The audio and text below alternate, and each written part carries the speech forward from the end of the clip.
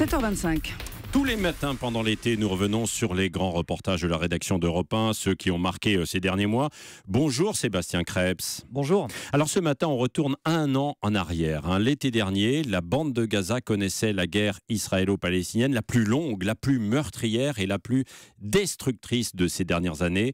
50 jours, plus de 2000 morts. Sébastien, vous étiez sur place une bonne partie du mois de juillet. Oui, cette guerre, elle commence le 8 juillet 2014 avec les premiers bombardements israéliens, riposte aux tirs de roquettes du Hamas, généralement interceptés, mais qui désormais parviennent jusqu'aux environs de Tel Aviv. Et cette riposte, elle va être extrêmement meurtrière, bombardement permanent. Officiellement, ils visent des cadres du Hamas, mais sur place, on constate très vite que des quartiers civils sont touchés, des familles entières sont décimées. Et puis au bout de 10 jours, c'est la deuxième phase qui commence, l'offensive terrestre. Les chars israéliens entrent dans la bande de Gaza. Certains quartiers vont être quasiment rasés. Et le 20 juillet va être la journée la plus meurtrière. Sébastien, 120 morts, 70 dans le seul quartier de Choujaïa où la population fuit l'enfer. On écoute votre reportage ce jour-là à Gaza. C'est un quartier anéanti. Ici, les bombes ont détruit, maison par maison, mètre après mètre. Sur la rue principale, une ambulance calcinée. L'ambulancier est mort en tentant de porter secours. Les corps sont restés là, dans la rue, des heures. Les habitants ont fui.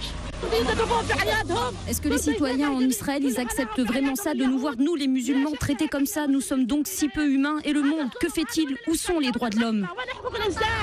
Beaucoup ont afflué vers l'hôpital. Pour eux, le seul endroit en sécurité. Et avec femmes et enfants, ce père de famille s'est installé à même le sol, sans rien d'autre que ce qu'ils avaient sur eux au moment de s'enfuir. On n'a nulle part où aller, pas d'abri. On a essayé d'aller dans une école, mais elle était fermée. Alors on est venu ici. Je pense qu'on y est en sécurité. Ici, devant l'hôpital, au moins, personne ne nous demandera de partir. Cette jeune femme tient dans ses bras son bébé d'à peine 4 mois, trop terrorisé pour bouger d'ici. On n'a rien pris à manger, même pour les enfants. Mais je veux rester ici, pas question de retourner là-bas sous les bombes. Mes enfants étaient terrorisés.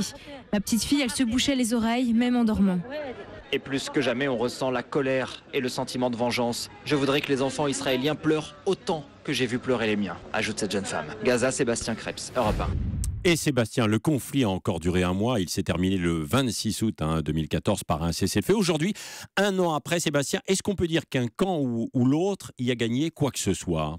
Eh bien, c'est très compliqué de le dire. Israël a pu détruire un certain nombre de tunnels construits par le Hamas sous la frontière et où circulait toute la contrebande et les armes. Ça, c'était l'objectif. Mais au prix d'une guerre très meurtrière et qui lui vaut aujourd'hui d'être accusé de crimes de guerre, y compris par une instance de l'ONU. Un chiffre, la moitié des blessés étaient des enfants. Selon Médecins sans frontières, au moins 500 ont été tués. Et puis au final, si le cessez-le-feu est globalement respecté depuis un an, aucune des questions n'a été résolue. Palestiniens et Israéliens s'étaient entendus à l'époque pour commencer à discuter d'une possible levée du blocus. On parlait même d'un port, d'un aéroport. Aucune rencontre à ce jour n'a encore eu lieu. La priorité, c'est la reconstruction. Elle commence à peine avec un manque criant de fonds et de matériaux. Elle va durer des années. Merci Sébastien Krebs. Les grands reportages d'Europe 1 tout l'été à 7h25 ce matin, donc dans la bande de Gaza.